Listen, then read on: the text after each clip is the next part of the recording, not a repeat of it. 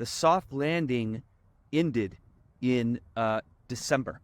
So every day that goes by, if there are more jobs lost, if there is more higher rates, putting pressure on credit cards and car loans, that hurts the lower end of our economy.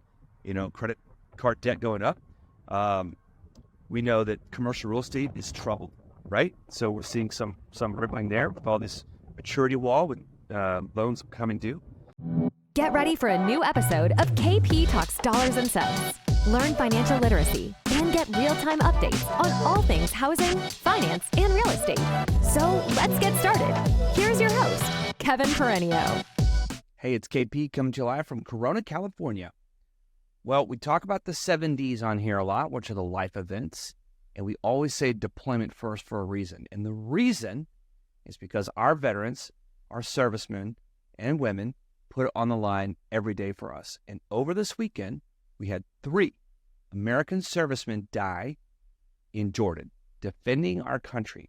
A drone attack occurred on a base, trying to regulate traffic that goes through a highway, make sure no weaponry is being run by all these different rebel groups and countries out there in these, sparse roads in the middle of these deserts. And 34 people were also injured in addition. And there's another base right on the other side from that Jordan border, on the other side in Syria, that is also exposed out there. And so, this is where all these borders come together, Jordan, Syria, and Iraq. And we're trying to make sure that, all this, nefarious activity is regulated. So 160 attacks on U.S. Assets, people, outposts since Hamas invaded Israel. Hamas, a terrorist group. So, freedom isn't free. This random ass obscure road in the desert out in the Middle East, we had people from our country protecting the way we live killed. And, this is a geopolitical event that we look at. We look at markets and we look at what goes on. We want to see, what's going to happen here. Obviously, before I get into the data points and all that kind of stuff, I mean, it's awful what happened. And obviously, our hearts go out to those family members involved. And of course, all the brothers and sisters out there on that post who are dealing with that, that tragedy. So hopefully we can protect our people and respond accordingly. Geopolitical events, they absolutely impact the way our markets work, right? So these are events that come out of nowhere, right? So is there going to be a war in the Middle East? Ukraine, Russia, the Red Sea, how much will the U.S. escalate this? We're in an election year, other countries around the world want to stir our pot, right?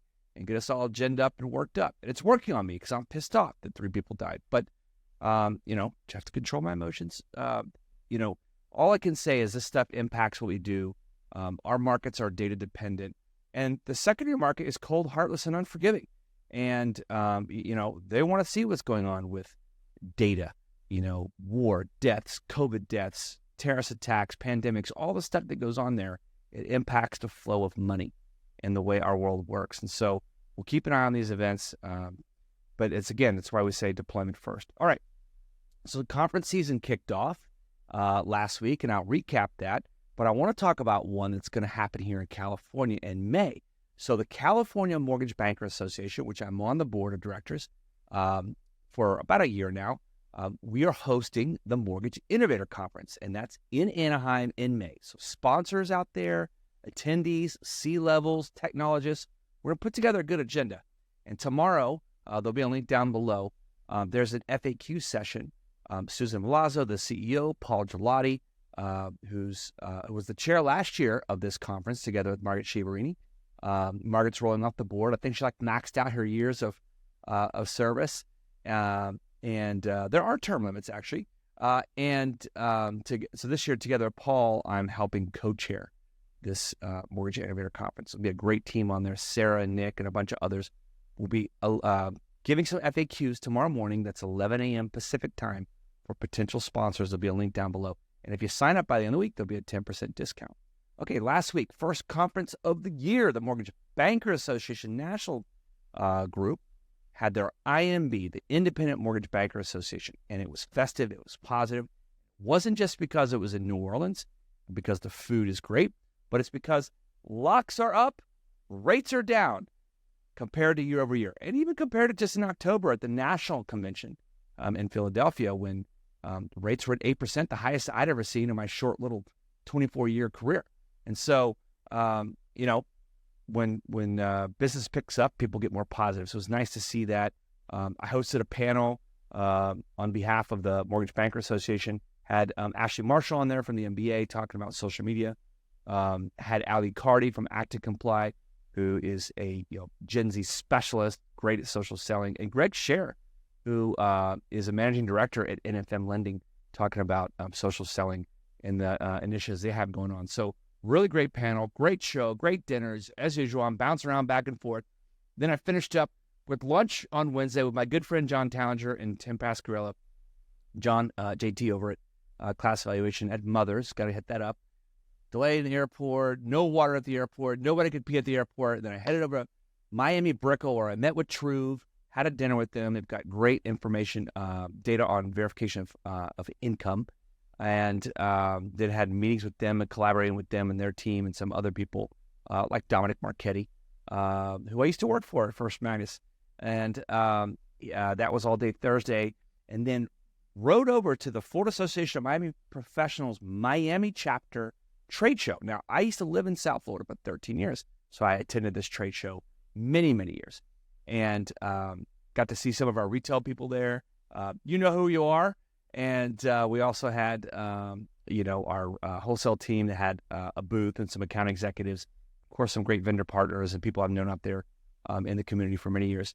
There about 45 minutes, hauled over to South Beach, dinner with CoreLogic, shut down the rooftop bar at one hotel, got up the next morning, had conference meetings, collaboration, great group, Fannie, Freddie, all these great lenders. CoreLogic put it on, trying to, just see where things are going in our business and try and collaborate together. Try and drive more adoption of digital tools, whether it's day one certainty or AIM, making sure that we have better quality data, just talking about all kinds of stuff.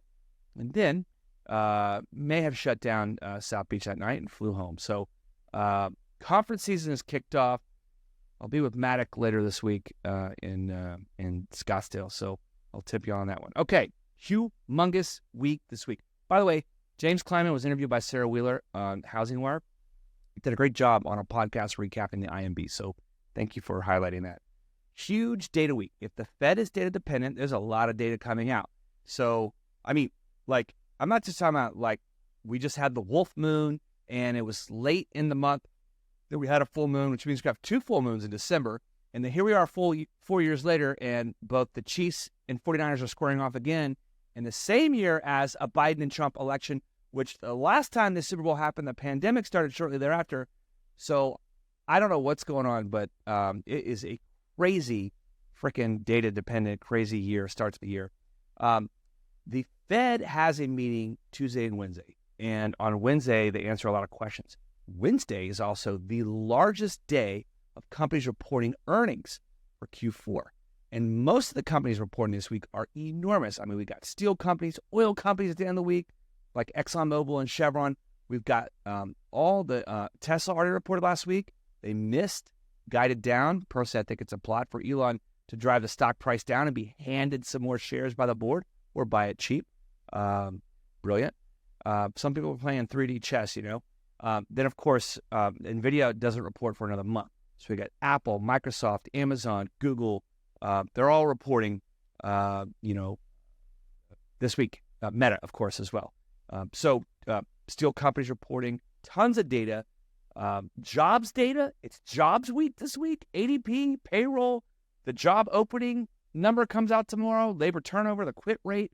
What's wage inflation like?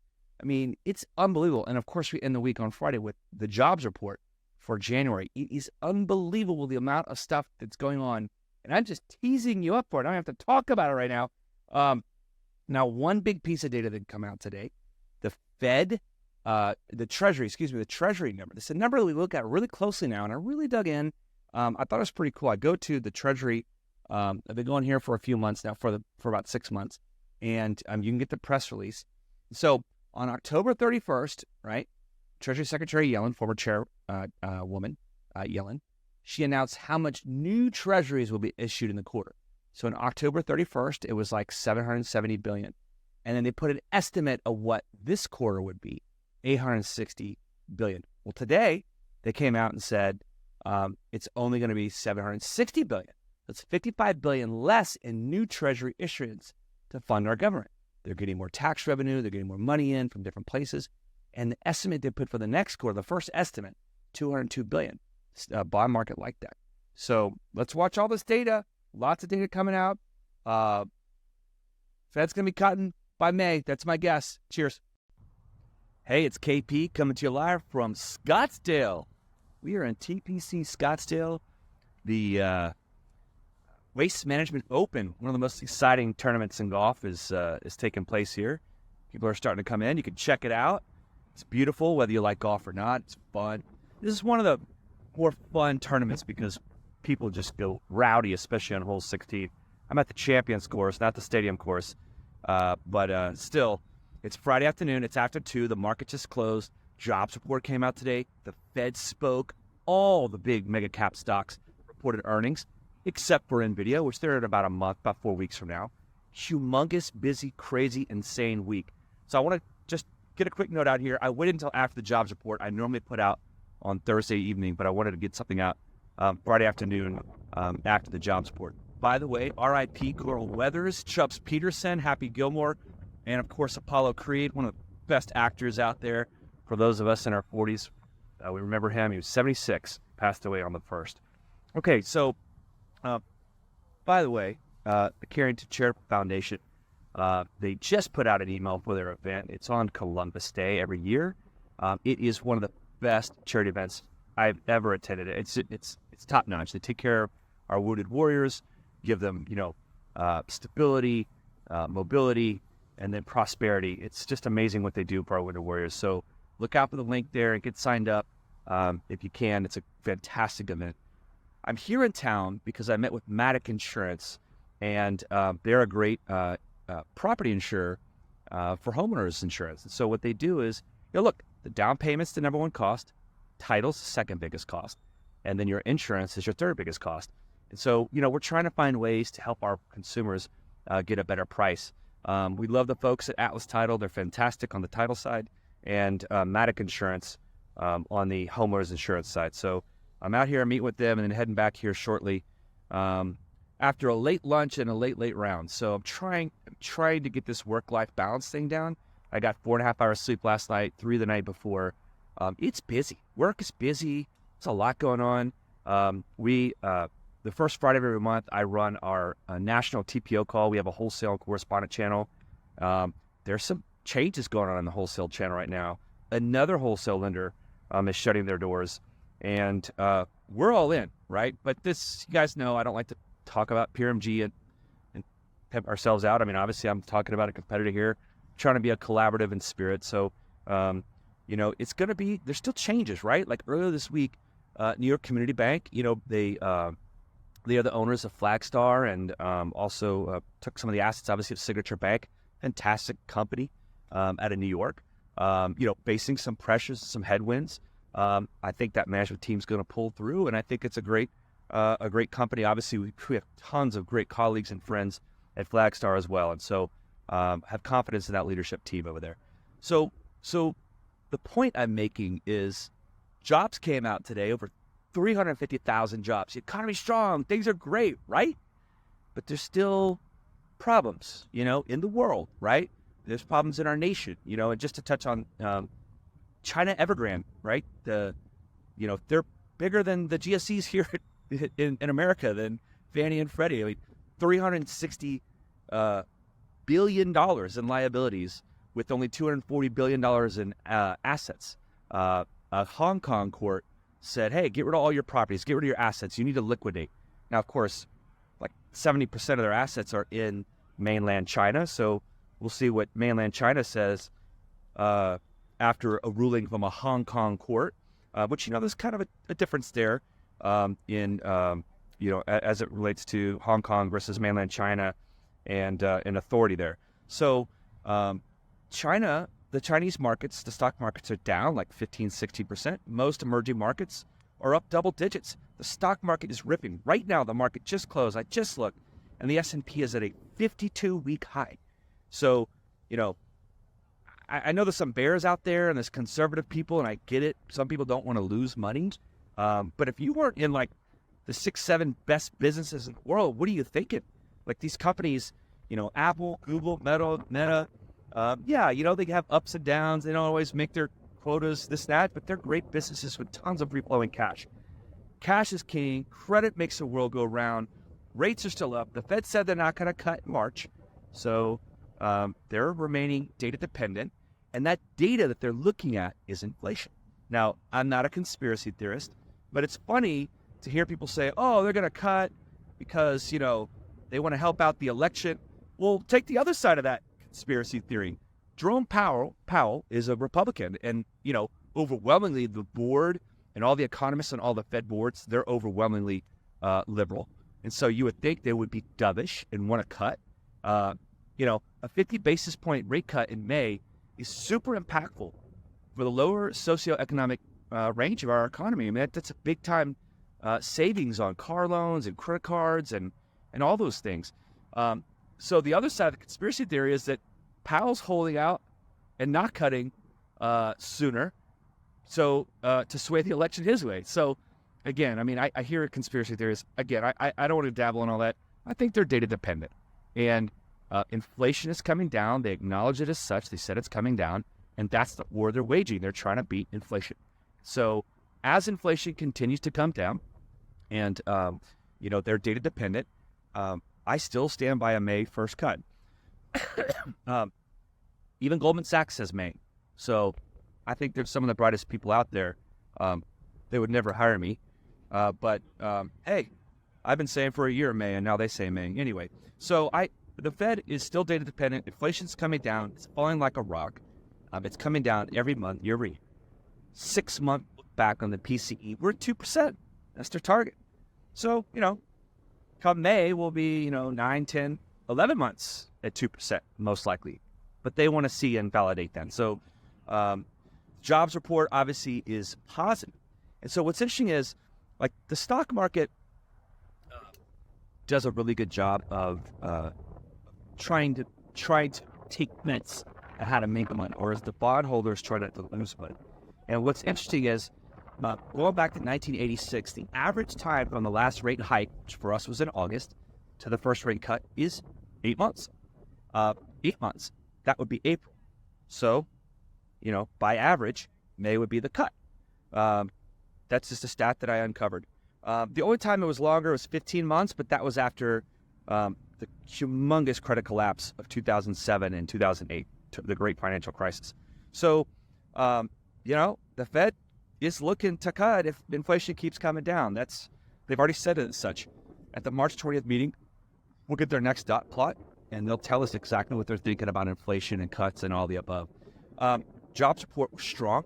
So the stock market does pretty well from the time of the last rate hike, August. As we know, the stock market's doing well. But interestingly, once the Fed starts cutting, it's been afterwards. Kind of buy on the rumors, sell on the news. The stock market tends to come down a little bit. I'm not a financial advisor. It's possible. It's only but something to be mindful of. So probably still a good little run here in the market for a little bit, but then, we'll see what the Fed does and how the economy does. GDP is good. Job growth is good. Inflation is good. Is this what a soft landing looks like? And I will contend that the soft landing ended in December. So every day that goes by, if there are more jobs lost, if there is more higher rates putting pressure on credit cards and car loans, that hurts the lower end of our economy. Credit card debt going up. We know that commercial real estate is troubled, right? So we're seeing some rippling there with all this maturity wall with loans coming due. So I'll just say that I don't think it gets the landing gets softer. I think, the longer we go with higher rates, the harder it is on the economy. But I don't think a recession's in the cards. Anyway, I just want to get this note out. Have a fantastic, wonderful weekend. Go eat a burger, bang out some emails, get ready. Let's go. Spring purchase season is here. Cheers. You've been listening to KP Talks Dollars and Cents, a top-rated show for those who want to learn about the economy and mortgage environment. Tune in each week for more episodes, and please leave us a 5-star review on Apple Podcasts and Spotify. Kevin Perenio does not render or offer to render personalized investment or tax advice through KP Talks Dollars and Cents. The information provided is for informational purposes only and does not constitute financial, tax, investment, or legal advice. For more info, follow KP Talks Dollars and Cents on all of our social channels.